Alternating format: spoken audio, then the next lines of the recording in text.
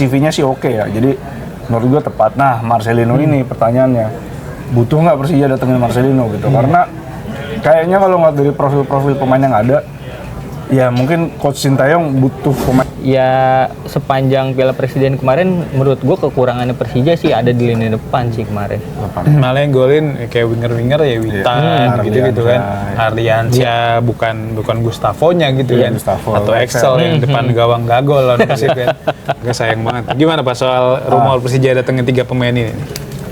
Ivar Jenner kan sampai hari ini belum ada klub ya.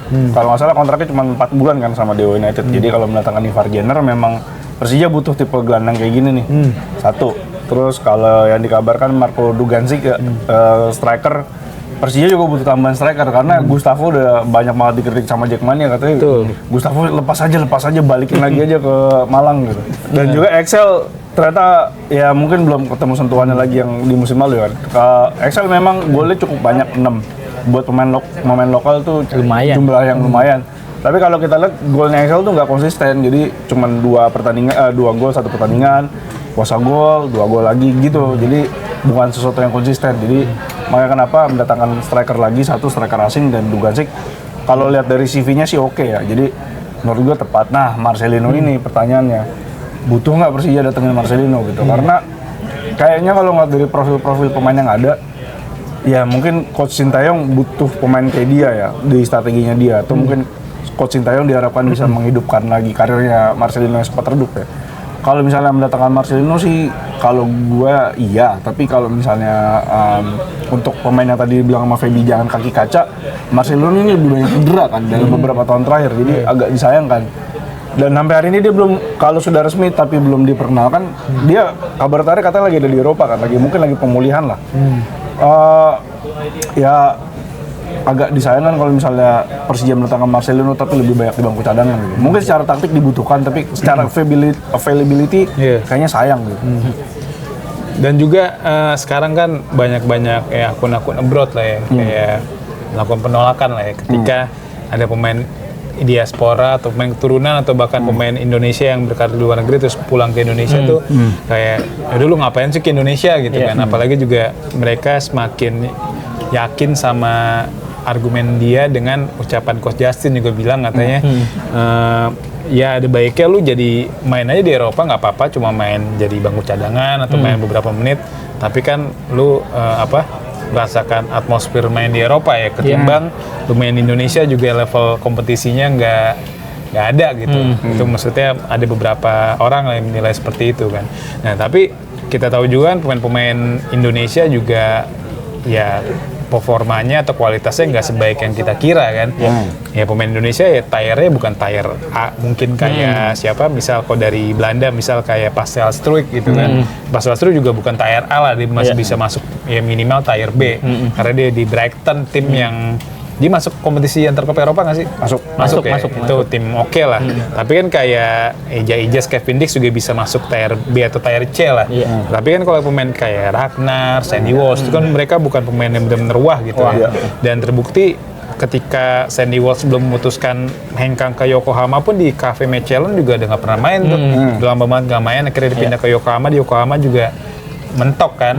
Yokohama juga kesulitan dapat menit tampil, akhirnya baru bisa bangkit di Buriram kan. Sebelum akhirnya sekarang pindah ke Persib Bandung di bursa transfer musim panas 2026. Lalu melihat kepindahan ini kalau misal jadi ya Ivar Jenner dan Marcelino ke Persija, lu melihat seperti apa? Apakah memang udah waktunya mereka pulang ke Indonesia atau udah lu selagi masih bisa main di Eropa aja gitu? Kalau gue sih nggak setuju dengan anggapan liga kita tuh kurang bagus Bur. Gue yakin liga kita tuh udah makin kesini tuh makin bagus lah gitu. Persaingannya juga antar klub juga susah diprediksi juga kan Bur.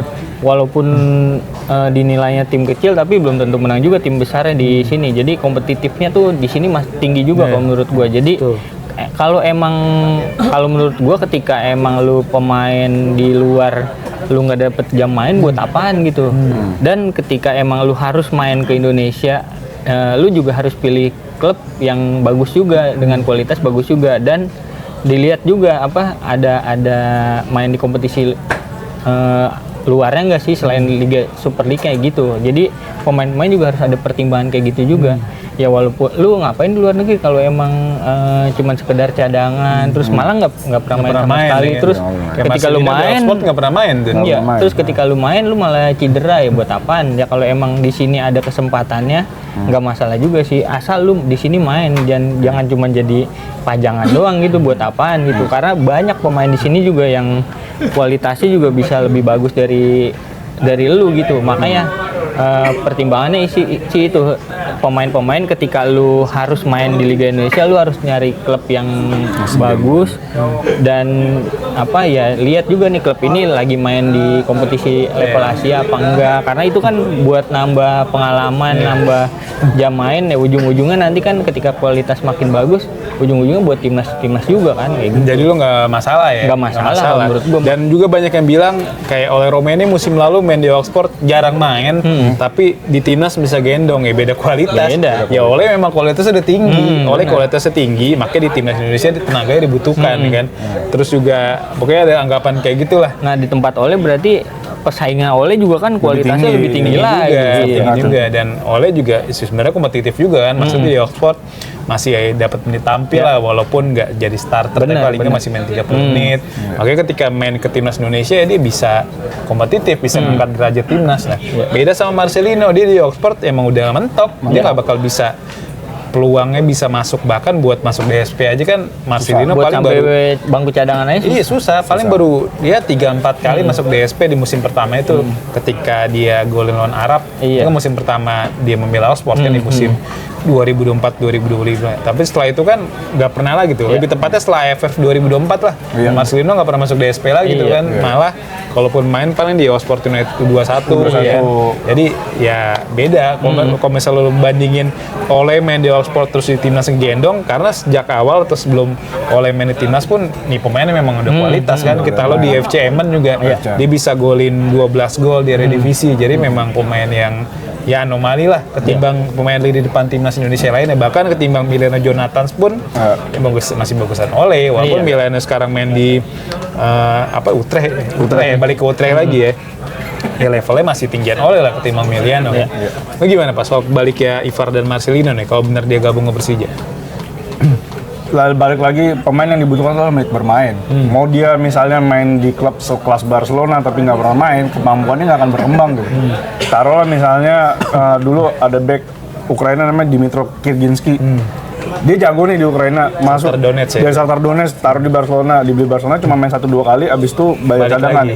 Setelah dia keluar dari Barcelona kan kemampuannya menurun, akhirnya dia nggak pernah main gitu. Jadi sementara apapun, taruhlah Manchester City misalnya, Tijani Reinders sekarang lagi pengen cabut kan, karena Tijani Reinders sadar kalau dia cuma jadi cadangan di Manchester City. Emang sih dia main sekali 2 kali, masih bisa megang piala, dapat medali, tapi kan menit bermainnya kurang, kemampuannya turun. Di timnas Belanda pun udah gak kepake kan? Timnas Belanda pun udah terancam, pemain andalan gitu. Bahkan ya makanya di Milan dia jadi andalan kan. Makanya itu pentingnya buat pemain adalah menit bermain. Kalau misalnya klub luar nggak bisa ngasih menit bermain, tapi klub Indonesia bisa, kenapa enggak gitu? Beberapa hari yang lalu Rafael Strijk tuh ada di salah satu senior lah, dia bilang salah satu laga paling susah itu adalah tandang di Liga Indonesia, dia bilang. Berarti kan memang levelnya kompetitif nih untuk ukuran Indonesia tentunya ya, bukan untuk ukuran Eropa gitu.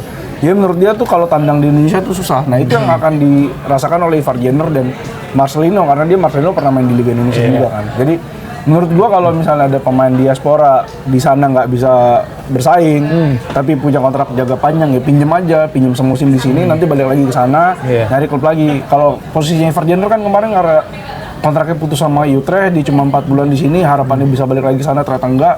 Itu memang disayangkan. Tapi ketika sudah terlanjur kecemplung di sini ya mau nggak mau, mending di sini aja. Kalau misalnya dapat menit bermain, main di klub kayak Persija, di Borneo, Persebaya, Persib, ya udah gitu. Kenapa harus dikritik? Yang penting kan menit bermain. Menit bermain, gajian lancar, dah. Iya. Tenang. Itu paling penting buat pemain. Yang kita lihat Beckham Putra juga kan waktu itu sempat ada momen dia kan levelnya udah di atas Marcelino tuh kan, karena jadi di Persib main rutin gitu kan, sedangkan Marcelino di Oxford dan juga di AS Trentin kan hampir nggak pernah main kan karena faktor cedera dan juga kalah saing. Nah ini bicara Persija Jakarta juga kan jadi salah satu mungkin kayak jadi satu-satunya kali ya klub Indonesia yang menggelar TC di luar negeri. Iya. Kalau salah mau dikoreksi ya. Karena setahu gue kan Persija bakal TC di Thailand nih. Dan tadi kita juga udah ulas dan belum tahu juga akan menggelar berapa laga uji coba di Thailand. Nanti baru di akhir bulan Agustus bakal menghadapi Brisbane Roar ya. Klub Liga Australia di Stadion Utama Gelora Bung Karno nih. Melihat keputusan Persija yang TC di Thailand, sedangkan rival dia kayak Persib, Persebaya kan yang memilih.